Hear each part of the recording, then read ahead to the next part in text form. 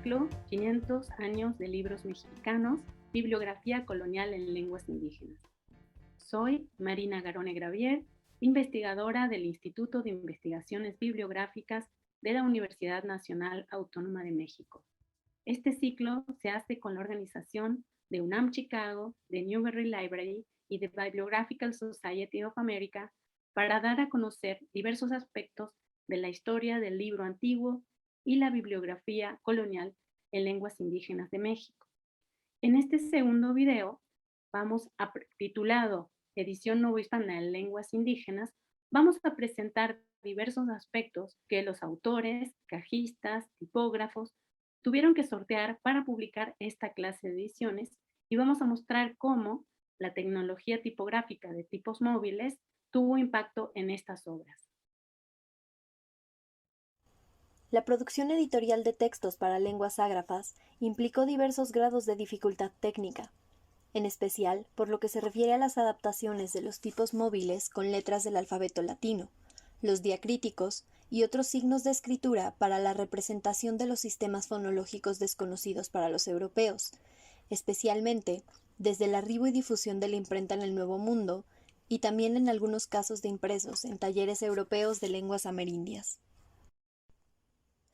Encontramos muy distintos tipos de ajuste tipográfico.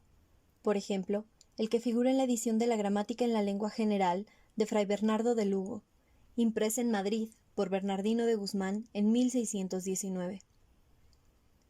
En esta obra en chibcha, como se llamaba el idioma que se hablaba en el Virreinato de Nueva Granada, es posible reconocer que además de las letras del alfabeto latino, se emplea una letra gamma mayúscula y minúscula, una H herida y un 3 para representar algunos de los sonidos de la lengua. El mayor volumen de adaptaciones para la edición en lenguas indígenas se relaciona con los sistemas diacríticos.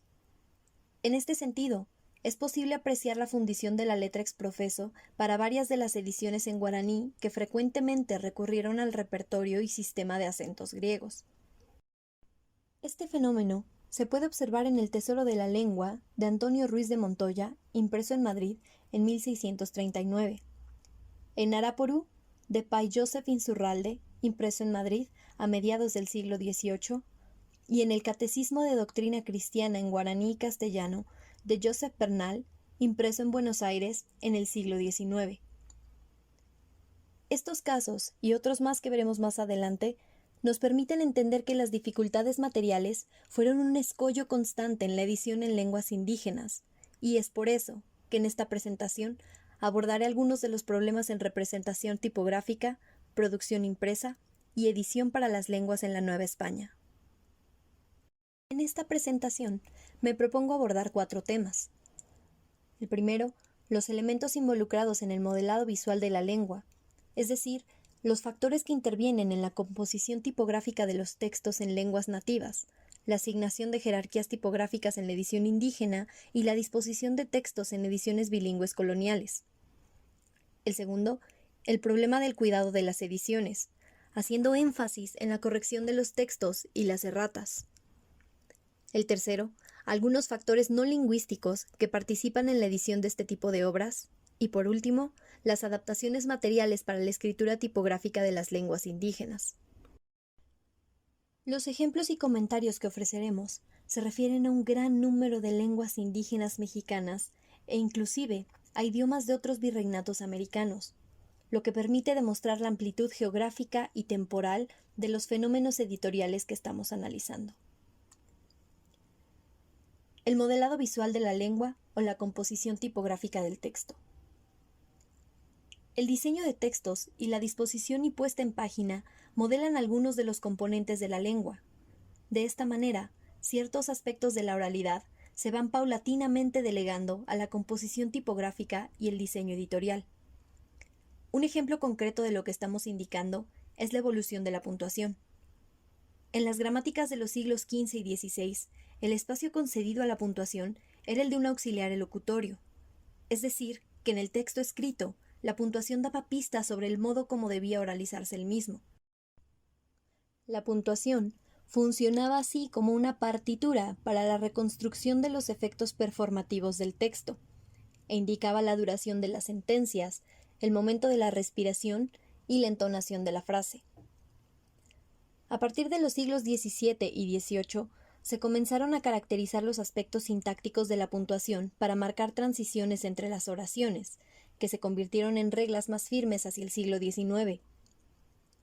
De forma paralela a la reconstrucción de las reglas de puntuación, se desarrolló el interés por otros aspectos que no tenían un referente en la lengua hablada y cuya naturaleza era puramente visual. Nos referimos al uso de balas, manos, asteriscos, signos de párrafos y calderones y otros elementos de la miscelánea tipográfica. Asimismo, se comenzaron a perfilar elecciones como el contraste del texto, es decir, el uso pragmático de la postura tipográfica, redonda o cursiva, para diferenciar entre partes o secciones de las obras, o entre dos lenguas, y organizar así la distribución espacial de los escritos sobre el papel. Todos estos recursos visuales comenzaron a incluirse en las puestas de página de las obras, dando lugar a una sintaxis tipográfica de los textos. En la codificación visual de los textos, en su establecimiento y en sus modificaciones, participan varios autores, lectores, editores y tipógrafos, y cada uno actúa en un tiempo y en un espacio distintos. Los autores son los que identificamos más fácilmente, ya que inicialmente son ellos quienes proponen el repertorio de signos y el sistema de convenciones. Los autores tienen que trabajar con una serie de asunciones de lo que el lector puede comprender del texto, y así anticiparse a su respuesta. Por eso, son ellos quienes usualmente marcan los párrafos, deciden el orden de la exposición y emplean la puntuación. Por su parte, los lectores mismos contribuyen a la codificación de las pautas gráficas, aprendiéndolas o rechazándolas a medida que las conocen y usan. Por ejemplo, para entender los sentidos de los textos, los lectores jóvenes recurren en menor medida a la puntuación, mientras que ésta es imprescindible para la construcción del significado en el caso de los lectores entrenados. Los editores y los tipógrafos también participan de las configuraciones textuales, en la medida en que son quienes construyen el puente material que un manuscrito debe recorrer para llegar a ser un libro impreso. Además, son ellos los que usualmente manipulan el original para convertirlo en texto en caracteres móviles. Por lo tanto, el sistema de reglas gráficas que veremos en los libros impresos deriva de los aspectos pragmáticos de la escritura y de las labores de la edición de textos. Las estrategias de representación de los signos del sistema escrito que hemos presentado en trabajos previos estuvieron complementadas con otros criterios que se manifestaron en la mise en page. La asignación de posturas tipográficas, redondas o cursivas, a cada una de las lenguas, la variación en el tamaño de la letra según las secciones del texto, la disposición del contenido en una o más columnas y el uso de la miscelánea tipográfica para ordenar la señalización interna de las páginas fueron algunos de los recursos que se emplearon en la edición en lenguas indígenas. Una decisión fundamental en la edición bilingüe es el establecimiento de las jerarquías tipográficas, es decir, el tipo de contraste visual que se usará en la disposición de los idiomas. Encontraremos una variedad de soluciones que en general oscilan entre el tratamiento paritario de las lenguas, es decir, que a los textos de ambos idiomas se les asigna la misma variante tipográfica o el tratamiento contrastivo de las mismas. El contraste tipográfico entre lenguas se puede presentar básicamente de tres modos: por medio de la postura, redonda cursiva, mediante el cambio de familia, gótica romana, y en menor medida por cambios en el tamaño o cuerpo de las letras. En los comienzos del arte tipográfico en América, el material de que disponían las imprentas era escaso y poco variado. Desgastados tipos góticos fueron empleados en la edición de las primeras obras novohispanas. Con ellos, se publicaron ediciones bilingües cuyo valor contrastivo fue nulo. Hubo que esperar hasta el arribo del impresor Antonio de Espinosa para que se comenzaran a emplear, además de los tipos góticos, los romanos y los cursivos.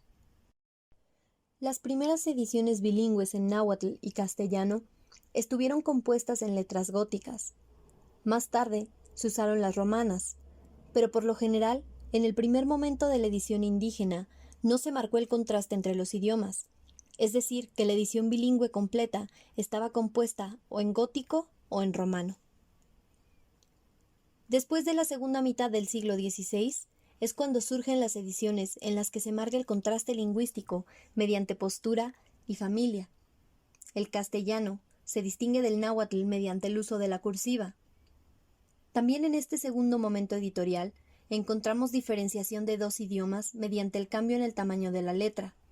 Así, encontramos por ejemplo el sermonario de Fray Juan de la Asunción, impreso en México en 1577, que en algunas páginas el castellano está en un puntaje mayor y en columna más ancha que el náhuatl, y en otros a la inversa, aunque ambos idiomas están compuestos en redondas o romanas.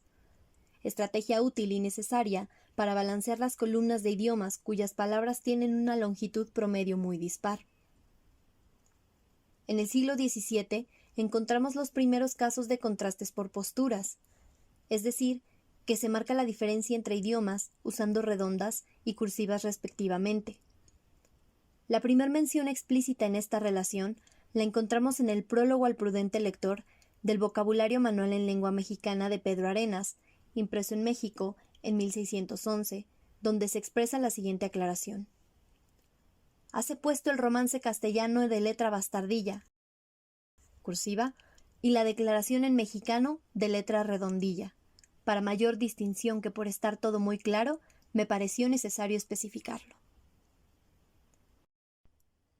También encontramos la misma elección tipográfica en el Confesionario de Bartolomé de Alba, impreso en México por Francisco Salgado en 1634.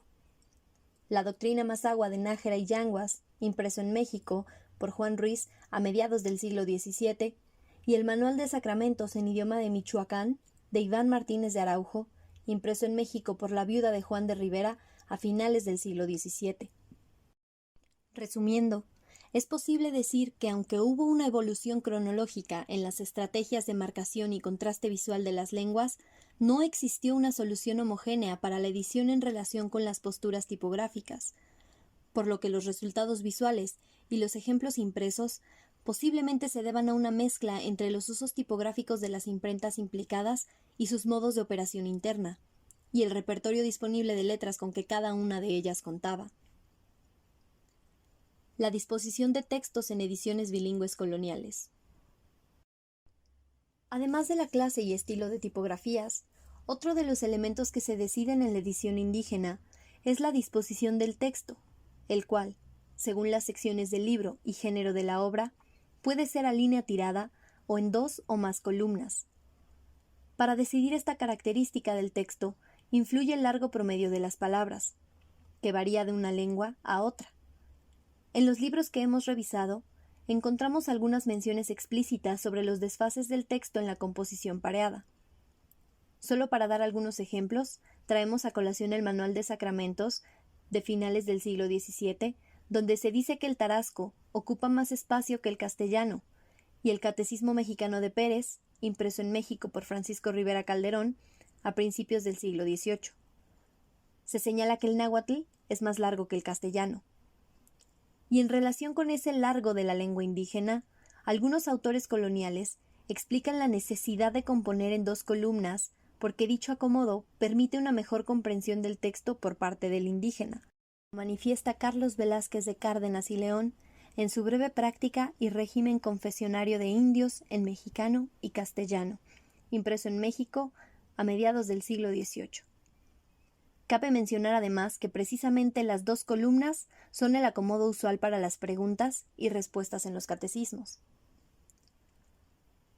Cuando el formato del libro es de menos de un cuarto, se favorece el uso de la línea tirada, y por eso mismo, para marcar la separación de los dos idiomas, se usan otros recursos ortográficos y visuales, como el empleo de calderones, elemento perceptible en el Arte en Lengua Mexicana de Alonso Molina, impreso en 1571 por Antonio de Espinosa.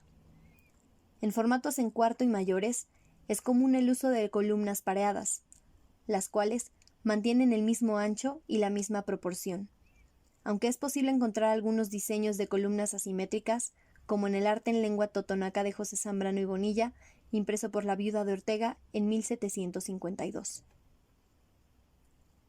De correctores y erratas. El cuidado editorial en las ediciones indígenas novohispanas. Otro factor importante en la producción de esta clase de textos es la supervisión o revisión de la impresión para evitar equivocaciones en la composición.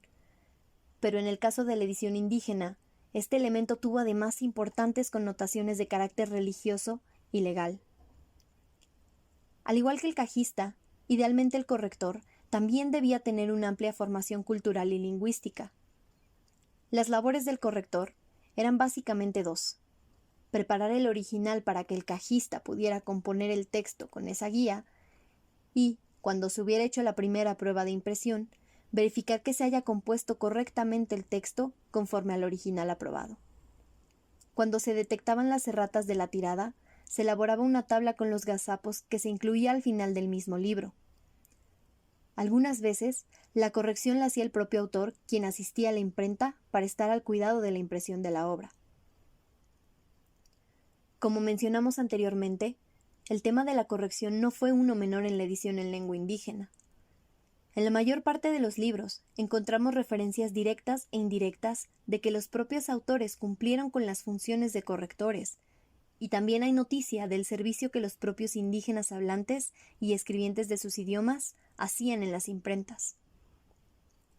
Sobre la presencia de autores en el cuidado de la edición, hemos encontrado datos en el Compendio del Arte de la Lengua de los Tarahumaras de Tomás de Guadalajara, impreso en Puebla por Diego Fernández de León en 1683. Al respecto de la obra, el visitador José Tardá escribió al provincial Bernardo Prado, en octubre de 1681. El padre Guadalajara necesita de pasar a México y curarse muy despacio, y el no remitirle pronto es por no haber sujeto que entre su lugar, donde hay tanto que hacer. Y quizá de esta manera volverá en sí, porque aquí está en mucho riesgo, y de paso, yendo a México, hacer un gran servicio a Dios, imprimiendo arte, etc., de la lengua tarahumara.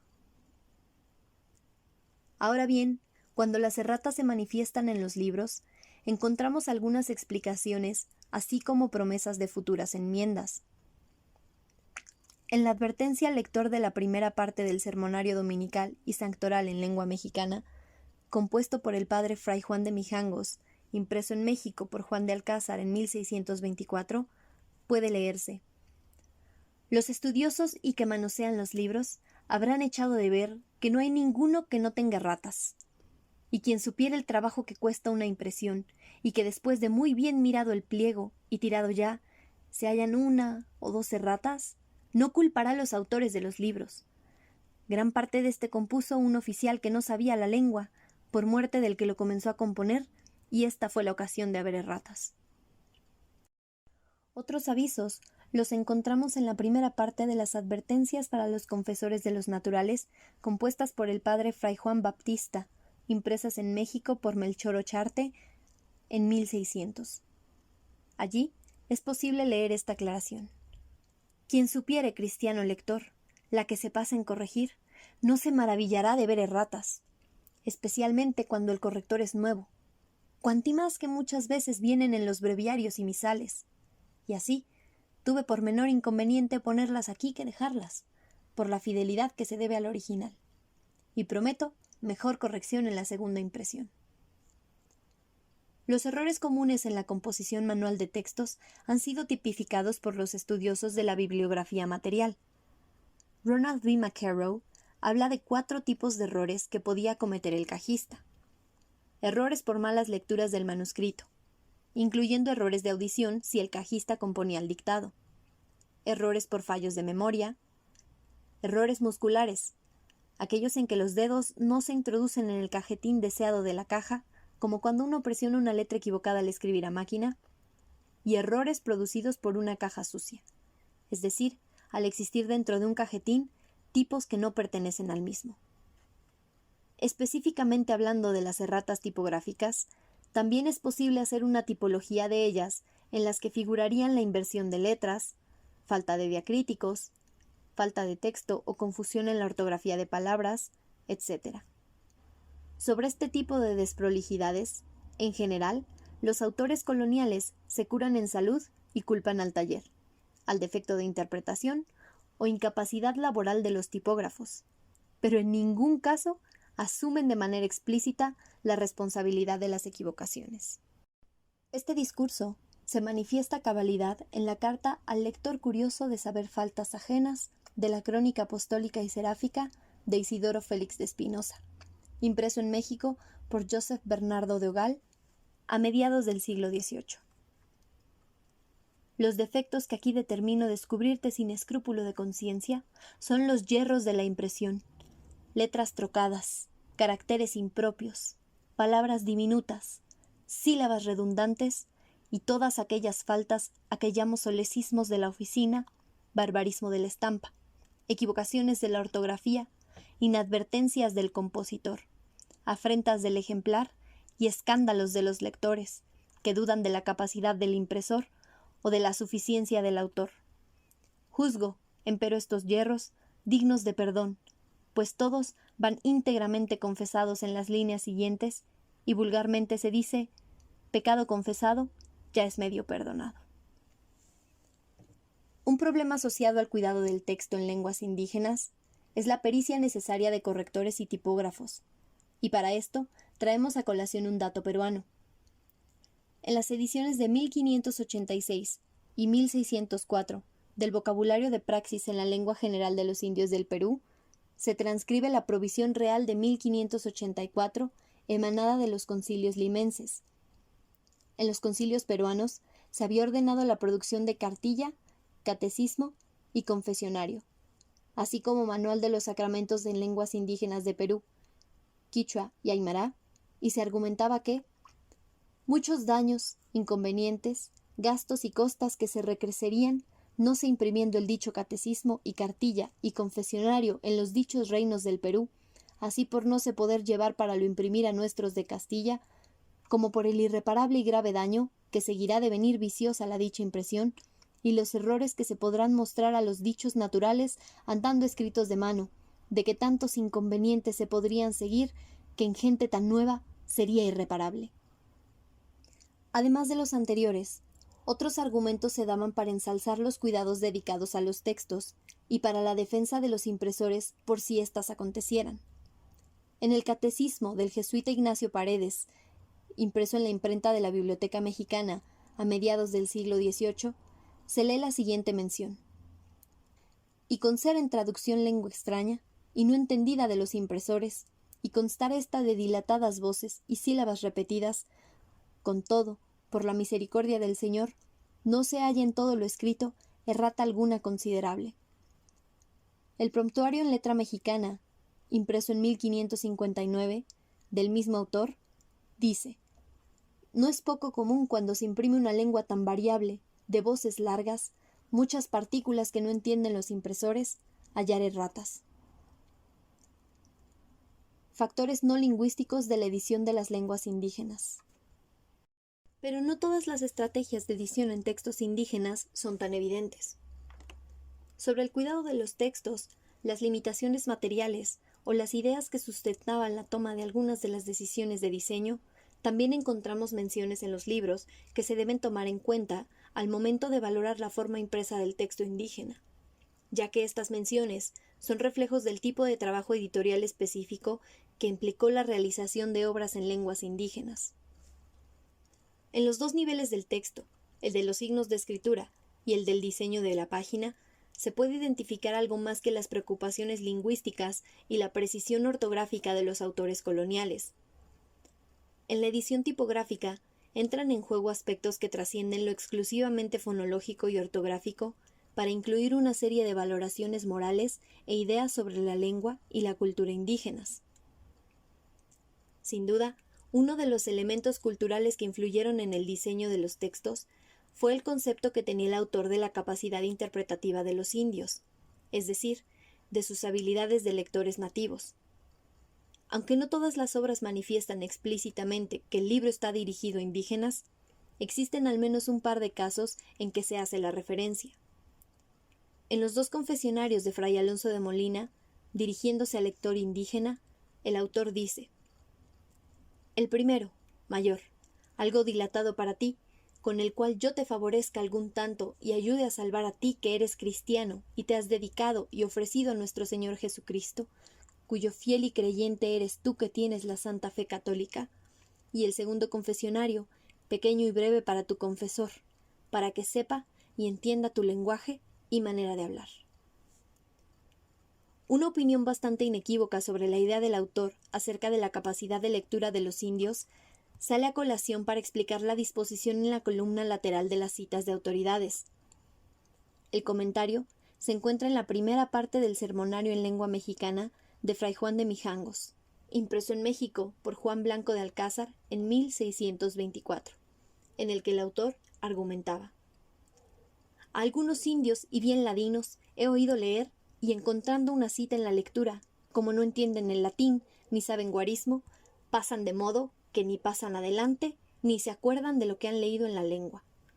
Por esta razón, todas las citaciones van al margen, que fácilmente el que leyere echará de ver dónde ha de entrar la autoridad. Ahora analizaremos los fenómenos visuales y estéticos que resultaron de la interacción entre los sistemas de escritura propuestos para las diversas lenguas indígenas y las posibilidades de llevarlo a cabo en las imprentas novohispanas. Por esta razón, a partir del análisis de la tipografía y el diseño en los distintos libros de lenguas indígenas con los que trabajamos, pudimos identificar algunas estrategias visuales para las que proponemos la siguiente categorización: invención de signos, reutilización de signos, combinación de signos, modificaciones al dibujo de los signos, variaciones tipográficas de los signos y reconstrucción de los signos, varios de ellos con diferentes subcategorías. La invención de signos. El ejemplo más relevante de invención de signos para una lengua indígena se encuentra en el breve compendio de todo lo que debe saber y entender el cristiano, dispuesto en lengua otomí por Fray Antonio de Guadalupe Ramírez, impreso en México por los herederos de José de Jáuregui en 1785. Esta obra fue encargada por el Cuarto Concilio en 1771. No fue publicada sino hasta 14 años más tarde, porque, como explica el mismo autor, no había en Nueva España los moldes, letras correspondientes. Aunque los nuevos signos conservan las mismas proporciones y grosores que el resto de las letras del alfabeto, a primera vista, el trazo de algunas de las nuevas letras no parece derivar de las estructuras y formas tradicionales del alfabeto latino. Reutilización de signos. La segunda estrategia para ampliar el repertorio de signos se refiere a la reutilización de una parte del sistema alfabético, asignándole nuevos valores. Esta reutilización se da en relación con lo que cada autor considera que el idioma necesita, y por lo tanto, qué letras del alfabeto latino son susceptibles de ser refuncionalizadas. No se pierde de vista el principio de contraste de la letra respecto del sistema, o sea, de la unidad en relación con el conjunto. De esta manera, se procura que el signo siga perteneciendo al sistema, pero que al mismo tiempo sea reconocido como algo diferente y particularizado para cumplir con la nueva función que se le ha asignado. Dentro de la reutilización de signos se encuentran a la vez varias subcategorías: la reutilización por rotación, por semejanza estructural, por ambigüedad y por sustitución gráfica. En la subcategoría de rotación hay dos casos tempranos en el náhuatl. El primer ejemplo se halla en el vocabulario en la lengua castellana y mexicana, compuesto por Fray Alonso de Molina, impreso por Juan Pablos en 1555, en que se da una inversión de M por W, es decir, que hay una rotación del dibujo de la letra de 180 grados. En el segundo ejemplo, que está en la Doctrina Cristiana en Lengua Mexicana, del mismo autor, impreso en México por Pedro Ocharte en 1578, se sustituye una Z por N, es decir, hay una rotación de 90 grados. Para el maya, la rotación de signos corresponde a la letra C y se encuentra en la Doctrina Cristiana en Lengua Maya de Fray Coronel, de 1620, y en el Arte del Idioma Maya de Fray Pedro Beltrán de Santa Rosa María en 1746, donde el tipógrafo recurre a una rotación de 180 grados o a una inversión en espejo. Semejanza estructural. La reutilización por semejanza estructural la encontramos en un caso curioso, el uso de una sigma en lugar de una zeta. Este ejemplo también está en el ya citado vocabulario de la lengua mexicana de Molina de mediados del siglo XVI. La reutilización tanto de la W como de la sigma se deben evidentemente a que el tipógrafo no iba a desaprovechar su repertorio de letras y consideró que los elementos estructurales básicos de ambas letras eran lo suficientemente afines a los signos que requería, que la sustitución no iba a ocasionar confusión en el lector. Una situación de reutilización común entre los siglos XVI y XVII se debe al uso indistinto de I mayúscula por L y de U por V. Este fenómeno no es exclusivo de las lenguas indígenas, pero también lo encontramos presente en ellas.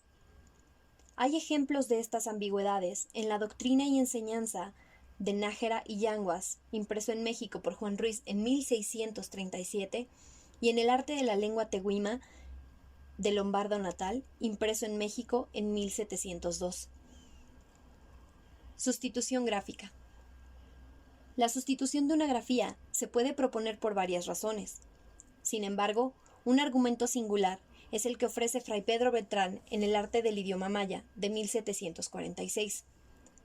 Se desecha uso de C cedilla y se la sustituye por la Z, por si a alguien se le olvida ponerle el rabo. Otro tipo de sustitución es el que propone Carlos Tapia Centeno para el uso de H en lugar del apóstrofo para marcar el saltillo. El ejemplo lo encontramos en el Arte Novísima de Lengua Mexicana, impreso en México por la viuda de Joseph Bernardo de Ogal en 1753. Combinación de signos. Como ejemplos de sumatoria de signos, podemos identificar una amplia gama de dígrafos, polígrafos o archigrafemas, o sea, la combinación de dos o más letras. Esta combinación de caracteres podía ser de una misma letra o de dos distintas. En la mayoría de los casos, los autores que las emplean aclaran que, aunque la nueva letra está formada por dos o más caracteres, debe leerse como una sola letra, es decir, como un solo signo. También hay combinación de letras con una leve alteración en el dibujo de alguna de ellas. Los dígrafos habían sido empleados desde el comienzo del mismo arte tipográfico. No hay que olvidar que la tipografía empleada por Gutenberg en los primeros incunables tenía una alta profusión de estas ligaduras para emular lo más fielmente posible la escritura manual. Más tarde, las cajas tipográficas incluyeron normalmente un grupo de dígrafos o ligaduras usuales en la escritura en latín y otras lenguas europeas. Para las obras en lenguas indígenas, fueron muy pocos los casos en que se generaron dígrafos explícitos. Sin embargo, frecuentemente se recurrió a la combinación de signos. Sumatoria de signos.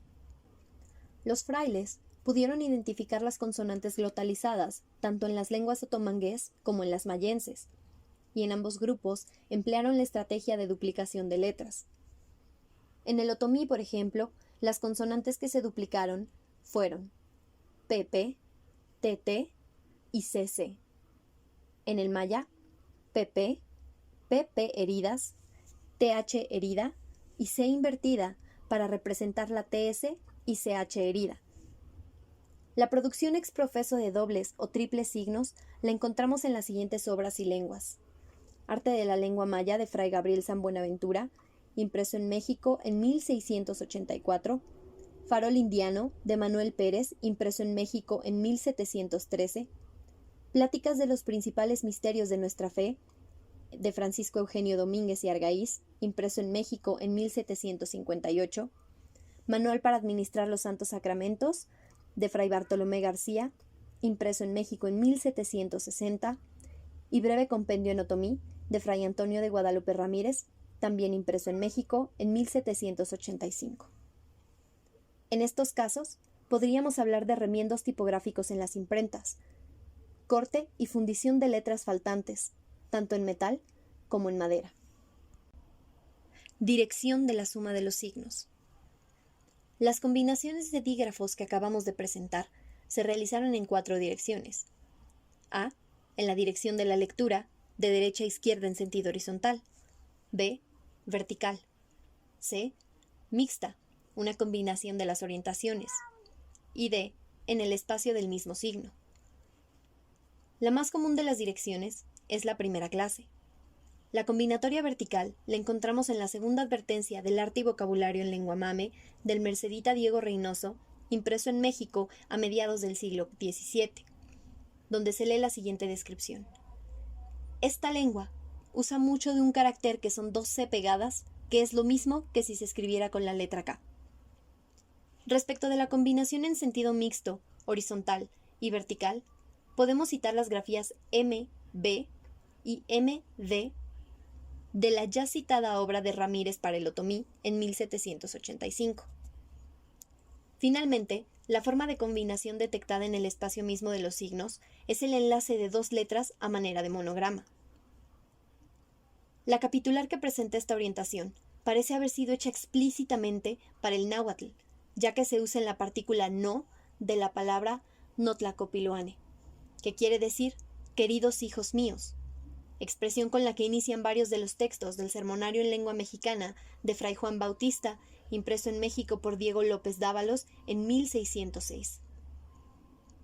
El impresor Juan Pascoe atribuye el diseño de la capitular a Enrico Martínez, tipógrafo y cosmógrafo del rey en el siglo XVII, mejor conocido por haber realizado el desagüe de la Ciudad de México. Para Pascoe, esta letra es un indicio del pensamiento tipográfico novohispano de Enrico Martínez y agrega que la letra era de usanza renacentista transformada al contexto náhuatl. Añadidos a los signos. Los casos de añadidos al signo se dan o bien en la estructura del mismo, es decir, cuando al dibujo reconocible de una letra se le anexa algún elemento, o en el área circundante al signo, en forma de acentos flotantes. Hay que aclarar que no todos los acentos son flotantes, como por ejemplo la cola de la C cedilla que está pegada a la letra. Añadidos a la estructura del signo. Varias lenguas indígenas de México tienen un sistema vocálico más complejo que el del castellano. Por ejemplo, en el zoque, la sexta vocal fue representada durante la época colonial con un dígrafo AE o con una E caudada, con cola. El posible antecedente de esta forma se podría rastrear en las grafías medievales que usan la E caudada como una derivación del diptongo AE. Otro sistema vocálico de más de 5 letras es el de la lengua chinanteca. En la doctrina cristiana en lengua chinanteca, de Nicolás de la Barreda, impreso en México por los herederos de la viuda de Rodríguez Lupercio, en 1730, se identificaba la sexta vocal con las letras UI y a la séptima con AE. Posiblemente el hecho de usar indistintamente dos grafías para el mismo sonido se deba a la carencia de suficiente letra en la imprenta y no a una elección del autor. Otros ejemplos de añadidos a la estructura sígnica lo encontramos en las reglas de ortografía, diccionario y arte del idioma otomí de Luis de Neve y Molina, impreso en México en 1767. En esa obra se mencionan una E y una U guturales, que presentan cola y nariz respectivamente. La U con cola, que el autor identifica como diptongo, la vemos nuevamente en el Catecismo Breve en Lengua Otomí del jesuita Francisco de Miranda, impreso en México en 1759. Finalmente, otro caso frecuente de añadido a un signo son las letras heridas, aquellas en las que la estructura del signo es literalmente atravesada por una línea. Estas letras se encuentran en varios idiomas. Por ejemplo, en maya la vemos en el arte del idioma maya reducido a sucintas reglas y semilexicón yucateco, de Fray Pedro Beltrán de Santa Rosa María, impreso en México por la viuda de José Bernardo de Ogal en 1746. Modificaciones en el dibujo del signo. Las variaciones en los dibujos de las letras en ocasiones van acompañadas por cambios en el peso, la alineación y la proporción de las mismas. Esto generalmente sucede porque el carácter en cuestión ha sido grabado de forma aislada y por eso no mantiene las formas homogéneas con el resto del sistema de letras. Otra explicación de las modificaciones es que el carácter haya sido fundido por separado para completar un determinado surtido de letras. Esto, naturalmente, produciría alteraciones en la alineación, horizontalidad y la proporción de los trazos respecto a los otros signos de la fuente original. El carácter tipográfico en que más frecuentemente hemos detectado alteraciones en el dibujo es la Z en el contexto de obras en lengua náhuatl. En nuestro punto de vista, esto se explica por la mayor frecuencia relativa de dicha letra en esa lengua en comparación con las necesarias para el castellano. Debido a que las cajas de letra venían de Europa, por lo general fue necesario aumentar la suerte original o el número de tipos móviles de cada una de las letras.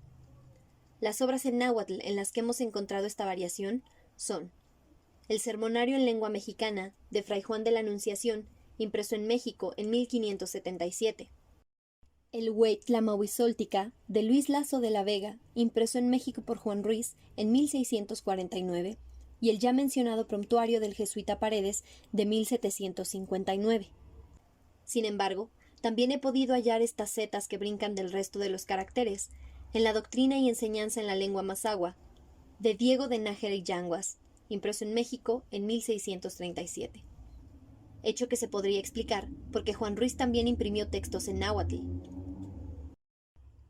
Las variaciones en la proporción de las letras se perciben en las iniciales silográficas del Sermonario de Lengua Mexicana de Fray Juan de la Anunciación, impreso en México por Antonio Ricardo a finales del siglo XVI, que posiblemente fueron realizadas en Nueva España. Para la lengua maya, los cambios de proporción y peso se pueden detectar en las letras K y en la H herida. Tanto en la Doctrina Cristiana en lengua maya de Fray Juan Coronel, impreso en México en 1620, como en las Pláticas de Francisco Eugenio Domínguez y Argaiz, impreso en México en 1758. Por último, para el otomí, las variantes del dibujo de letra están presentes en la obra de Neve y Molina y se dan en las dos representaciones diferentes de la U con cauda, una de las cuales parece una Y modificada. Variante de la postura: redonda, cursiva. El primer tipo de variante tipográfica que encontramos es la postura, es decir, el uso de las redondas y cursivas de una misma letra para indicar fenómenos distintos. Esta constante la vemos en las dos Z de las obras para el otomí de Neve, Molina y Ramírez, respectivamente, y posiblemente la intención caligráfica de la Z condescendente en el Coloquio de Paz en lengua mexicana de Fray Juan de Gaona, impreso en México por Pedro Charte en 1582. Variante de caja: mayúsculas, minúsculas. Al escoger y explicar sus grafías, algunos de los autores novohispanos pensaron simultáneamente en clave de manuscrito y de libro impreso. Tenían conciencia del uso de las variantes mayúsculas y minúsculas, es decir, de las cajas altas y bajas, tipográficamente hablando, como, por ejemplo, la siguiente cita de Neve y Molina para el otomí en 1767. Si es manuscrito, se hará el mismo dibujo de letra, sin variar la figura, pero abultado. Para lo impreso, no lo permiten los cuadros y tamaños de las letras. Por letra grande se entiende mayúscula. Otro ejemplo lo encontramos en el Arte de la Lengua Mexicana de José Agustín de Aldama y Guevara, impreso en México en 1754, donde leemos: a esta C la llamo dura y a esta C la llamo blanda. Ambas se pronuncian como en español, siempre que estas dos letras hieren en vocal. Se pronuncian como en estas voces españolas: chato, chico, chorro. Variante de tamaño: cuerpo o grado. La variante de tamaño, o sea, el uso de un mismo signo pero en otro cuerpo, la vemos en los dígrafos y trígrafos del vocabulario Cora de Ortega, México, herederos de la viuda de Francisco Rivera Calderón, en 1732. En esta obra, algunas grafías están en un puntaje menor, de modo que permita la agrupación de letras sin que se lean como caracteres individuales o separados. En la nota de la obra se explica lo anterior de la siguiente forma: los vocablos, cuyas vocales iniciales, intermedias o finales van señaladas con letras minúsculas, tienen diptongos compuestos de todas aquellas sílabas que expresan dichas letras, o sean dos, como en taviere, o tres, como en teaiteri, cuya legítima pronunciación consiste en no darle toda su fuerza a cada una en particular de las vocales que forman el diptongo. Reconstrucción de signos.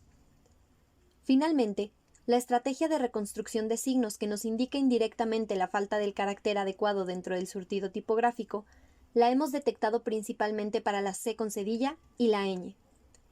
Para la C cedilla, generalmente se emplea una coma para sustituir la cedilla, y para la ñ, mayúscula y minúscula, se realiza una recomposición del signo agregando otros signos a manera de tilde, una letra i acostada, una letra pi, un serif de otro carácter, el signo de sección, un paréntesis invertido o una S acostada. En los impresos novohispanos hemos encontrado la ñ de caja baja como carácter específico debidamente diseñado a partir de la década de 1730. Conclusiones. Este recorrido nos permite aquilatar de otros modos los libros impresos coloniales en lenguas indígenas, ya que en ellos hay abundancia de señales y notas sobre los modos en que estas lenguas americanas consolidaron sus formas escritas, sus reglas ortográficas y estructuras gramaticales. Identificar y distinguir estas señales es tarea que se debe realizar de manera conjunta entre historiadores, lingüistas, estudiosos de la cultura visual y material de los libros, ya que solo mirando los libros desde diversas perspectivas metodológicas será posible dilucidar el entramado de claves y estrategias que participaron en la difusión impresa de las lenguas nativas. Los ejemplos proporcionados en esta presentación nos permiten explicar algunos fenómenos lingüísticos e imaginar el impacto de la imprenta tipográfica en la evolución de los sistemas de escritura de estas lenguas a lo largo del periodo colonial. Las posibilidades que ofrece el estudio de las representaciones tipográficas y de la puesta en página de las ediciones de lenguas indígenas quedan de manifiesto cuando leemos en los textos preliminares las decisiones que los propios autores tuvieron que tomar al pie de las prensas y durante la revisión de los pliegos. La agenda que se podría desprender de lo dicho hasta aquí, con miras a realizar futuros trabajos, es revisar las intersecciones disciplinarias que nos permitirían localizar evidencias de la paulatina y progresiva estabilización de las escrituras, los documentos coloniales impresos. Continuar con la identificación precisa de los recursos gráficos y las tácticas editoriales empleadas en las imprentas mexicanas para comprender el mejor papel que jugaron en su conjunto los procedimientos tipográficos en el paso del manuscrito al texto impreso final. Mirados como un sistema, los hechos que ocurren en el proceso de materialización tipográfica de los textos en lenguas indígenas cobran una relevancia mayor y adquieren dimensión filológica con implicaciones ecdóticas de primer orden, toda vez que la inmensa mayoría de obras de lenguas indígenas de la Nueva España solo contamos con el ejemplar impreso y no el manuscrito original. Muchas gracias.